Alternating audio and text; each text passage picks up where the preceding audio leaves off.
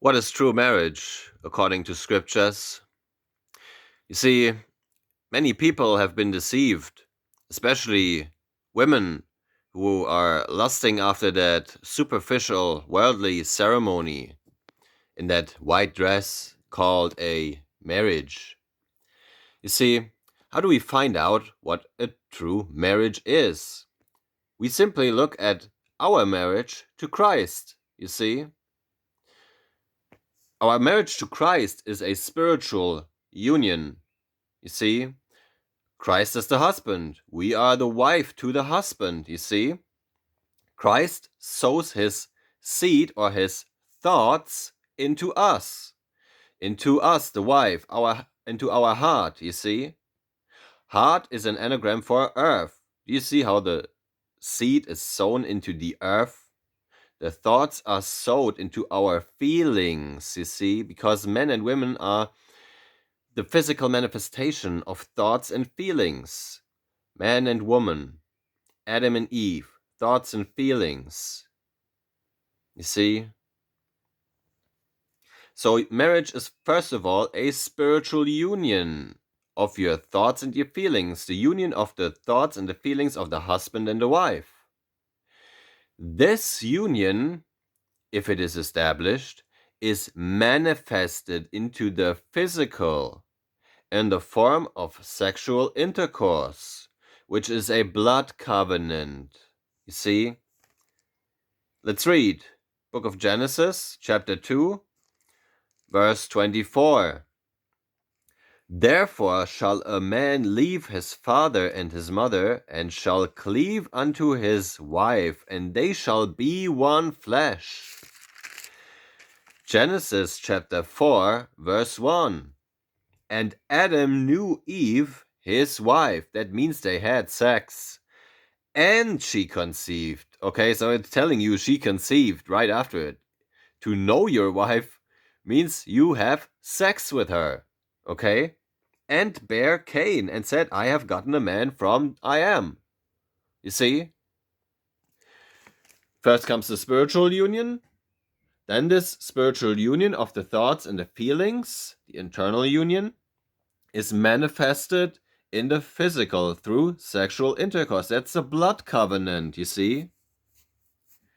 It used to be the case that was, how should I say it, not exactly a public thing, but the man and the woman would retreat into a building, you see, and they would have sex in there. And when they were done, a man would come out with the sheets that were covered in blood. You see, it's a blood covenant. Now the marriage is established or sealed in the physical world, you see. So what is it? What is going on with this so-called marriage in so-called churches in the world here? First of all, the scripture clearly tells you that God does not dwell in temples made with hands, human hands, you see. Was that building that you want to go to or actually went to and got married, was it built by hands like these? Human hands? That means it's not a church. Christ also tells you, know you not that you are the temple of God, the church of God? Do you see what a true marriage takes place? You see, you are the church. The thoughts and the feelings, Adam and Eve, the man and the woman are married internally. You see? So what are you doing in that brick and mortar building, which isn't a church? And if it's not a church, you're not getting married there. So what are you really doing when you are signing that marriage contract? What you are doing is you are denying Christ as your head. You are accepting the state, the government, as your head, as the authority over your union with your husband or with your wife.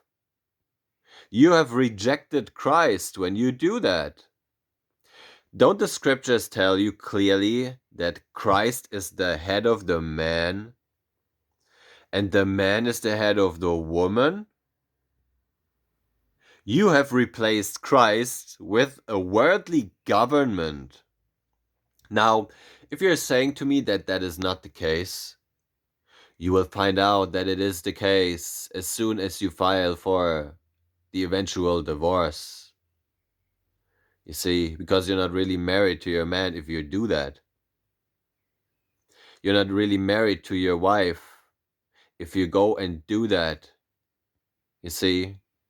And when you file for divorce and you end up in court, not in the court of God, but at the court of law, which is the court of the government, the court of the state, and now the state manages the affair as your head. And no, it can't be a worldly and a spiritual union. You are being double-minded. You can't sit at the table of the Lord and at the table of devils. You can't be carnally minded and spiritually minded. You can't have a carnal union and a spiritual union. Don't you see how you are double-minded? And Christ says a double-minded man is unstable in all of his ways. All of them. He says, make your eye, your mind single. You see?